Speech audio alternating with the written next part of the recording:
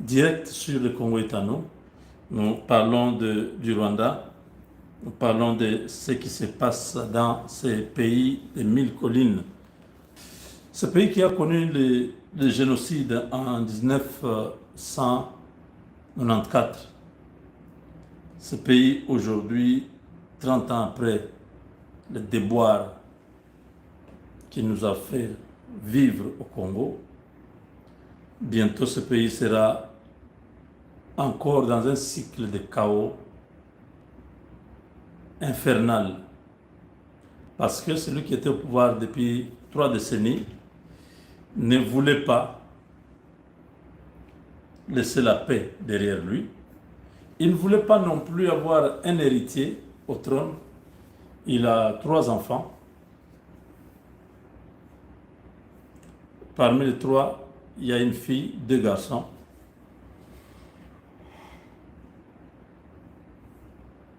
Parmi les 2 garçons, il y a un qui est dans l'armée. On a fait monter vite. Aujourd'hui, il est, je crois, major ou colonel, le fils de Kagame. Il n'a pas réussi à faire de lui-même un général. Disons que quand il a pris le pouvoir, ses enfants-là étaient trop petits, donc ils ne pouvaient pas être dans l'armée. C'est différent avec Museveni qui était déjà vieux, avec son vieux garçon, qui est là le type là, Mozi, qui était déjà grand. Il l'a fait monter jusqu'à arriver au grade de général. Donc au Rwanda, la situation est tellement compliquée. La situation est compliquée que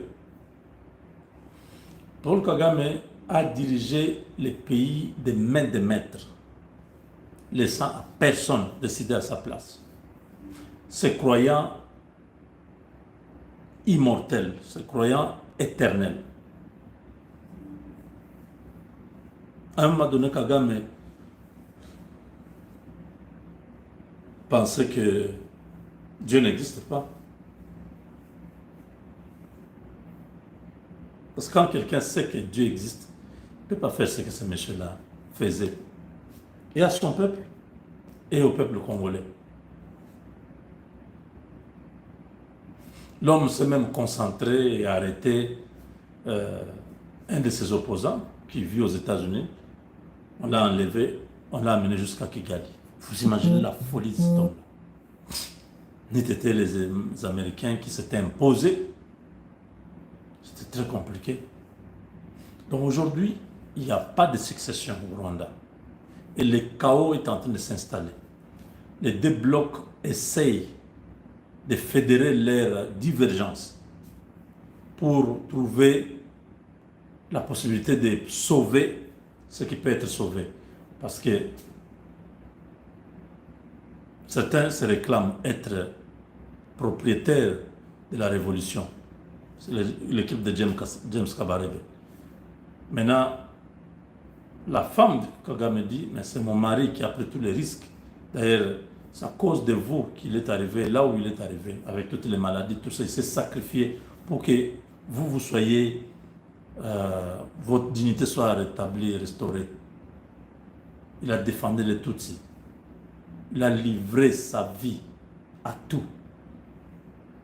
Aujourd'hui, après lui, vous voulez que nous puissions tout perdre, que les Hutus reviennent dans ce pays, qu'ils nous massacrent, qu'ils nous ravissent tous les biens que nous avons, ça ne se fera pas.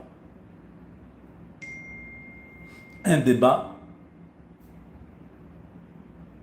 à l'absence de Kagame, qui, d'après certains, est en vie.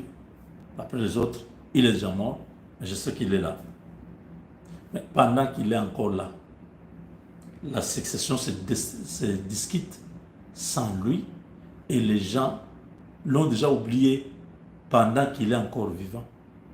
Si c'est le cas.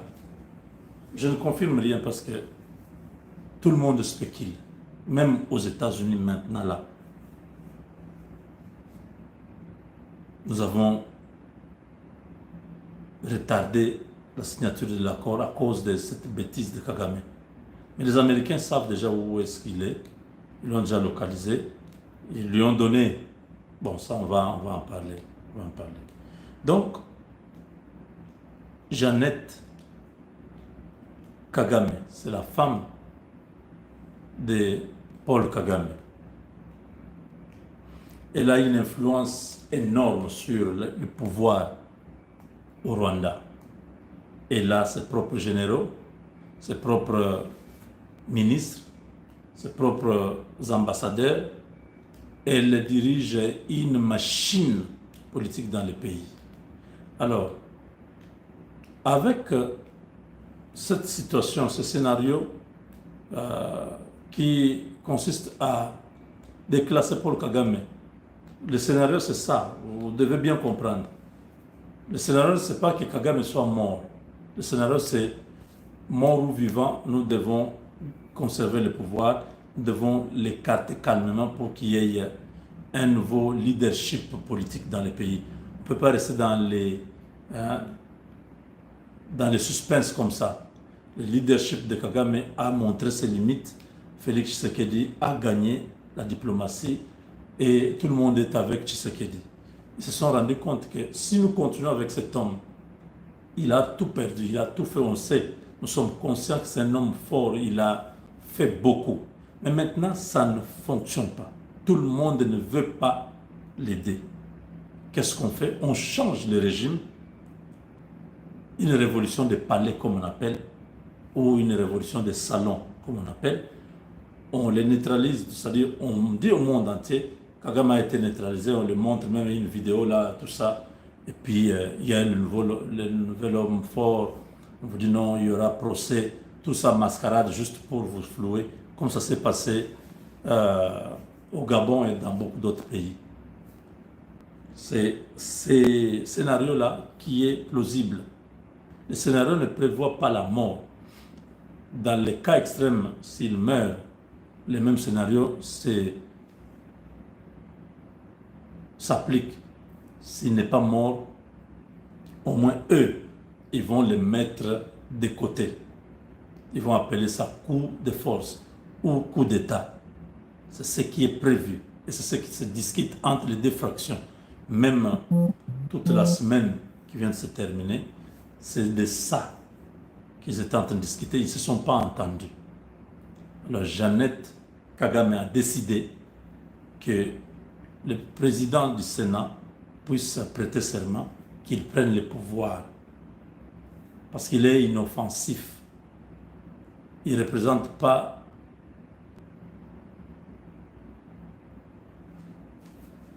une menace. Ils ont l'argent, ils ont l'armée, ils ont la puissance dans le pays. Mais pour éviter de garder le suspense prolongé sur la disparition de Kagame, il faut directement procéder à quelque chose, faire ça vite. Et vous savez, quand nous dénonçons ça, non, pas dénoncer, quand nous exposons ça, c'est comme si on complique davantage les équations. On se dit, ah, mais tout a été déjà expliqué par Moubenga. Si nous le faisons comme il l'expliquait, on va dire, ah voilà, c'était ça. Maintenant, ils sont obligés, quand nous donnons ces informations, ils sont obligés de modifier leur plan, chercher à introduire une autre variable pour que ça ne puisse pas être exactement comme ce que je dis. Mais c'est ce qui est en train de se faire en ce moment. La femme de Kagame, avec ses enfants, bien évidemment entourée de tous ces généraux qui sont très influents, ils ont décidé que le président du Sénat, qui est pratiquement Hutu, quand vous regardez son visage sur la photo là, c'est un Hutu, c'est pas un Tutsi, mais un Hutu qui est à la solde de Paul Kagame. Il ne fera rien.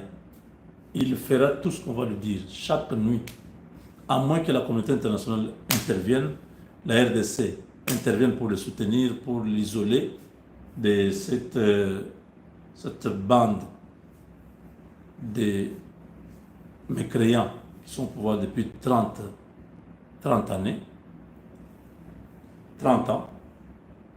Donc c'est à ces jeux-là que nous sommes livrés. Les Rwandais sont en train de chercher comment sortir maintenant un communiqué ou un message pour rendre Paul Kagame indisponible ou inapte à diriger le pays. Ensuite, la présidence de la République annonce au monde, à la nation et au monde, que son Excellence Paul Kagame, qui a connu une intervention chirurgicale en Allemagne,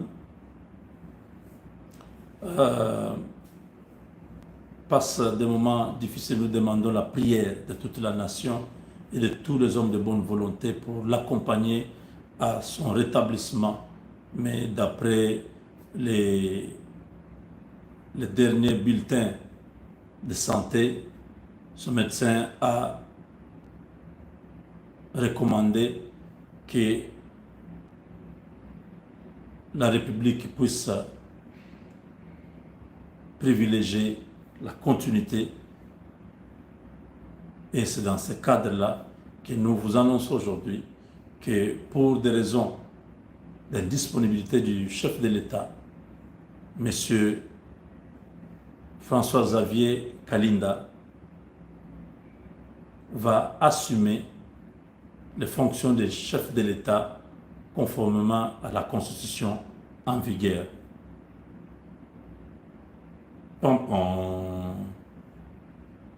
Ouais, moi, Xavier Kalinda, je jure fidélité à la Constitution et aux lois de la République, de respecter et de défendre. Que Dieu me vienne en aide. Félicitations, messieurs. Ceci dit, la suite des événements vous seront communiqués par la télévision publique rwandaise. Que Dieu bénisse le Rwanda, que Dieu bénisse le peuple rwandais. Pian pian. Vous avez compris.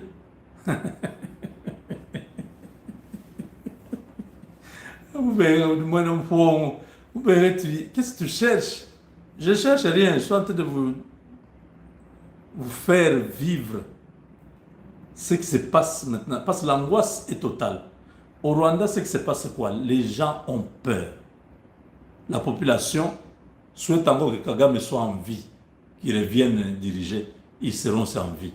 Ils se disent, s'il meurt maintenant, si on annonce sa mort, tous les Hutus du monde entier qui sont partis en trombe vont revenir. Les Hutus qui sont déjà fatigués de l'intérieur. Il y aura un chaos. Comme les deux fractions Tutsi qui sont au pouvoir ne s'entendent pas. Chacun ses égos, chacun veut contrôler les choses. Parce que les gens de Jeannette Kagame disent, si les autres prennent, nous aussi nous serons tous. Nous allons passer à l'épée. Ils vont tous nous tuer. Ils vont créer des dossiers, ils vont chercher à nous condamner, ils vont nous assassiner.